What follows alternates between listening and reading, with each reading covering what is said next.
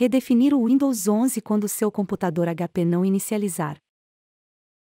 Se o computador não inicializar normalmente, e o Windows 11 não carregar, será possível redefinir o Windows por meio do ambiente de recuperação do Windows. Ligue o computador e pressione a tecla F11 repetidamente, até a tela escolher uma opção seja exibida. Selecione Solução de problemas. E, em seguida, restaurar o PC. Se você tiver arquivos no computador, como imagens, documentos ou vídeos que gostaria de manter, selecione Manter meus arquivos. Esta opção redefine o Windows, mas mantém seus arquivos pessoais, para que fiquem disponíveis após a redefinição. Se você não tiver arquivos que deseja manter, ou se já tentou redefinir o Windows, e ainda está com problemas, selecione Remover tudo. A chave BitLocker será solicitada para que a redefinição prossiga. Em outro computador, acesse o site da Microsoft, aka.ms/myrecoverykey.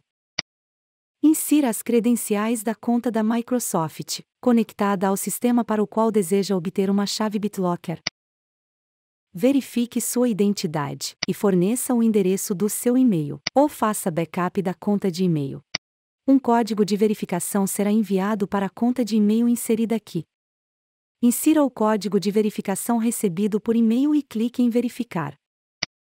Uma lista de chaves BitLocker é fornecida. Use o rótulo da unidade para identificar a chave BitLocker do sistema que deseja inicializar. No seu computador, digite a chave BitLocker no campo, e pressione Continuar. Na tela Restaurar o PC, você poderá reinstalar o Windows por meio da nuvem, ou do computador. Nesse caso, selecione Reinstalar local. Selecione Redefinir na tela Restaurar o PC. A reinstalação do Windows será iniciada, e esse processo pode levar até 1 hora, dependendo da configuração do computador. Após a conclusão, a tela de boas-vindas do Windows será exibida. Clique na guia Playlists do YouTube, para encontrar vídeos da HP em outros idiomas.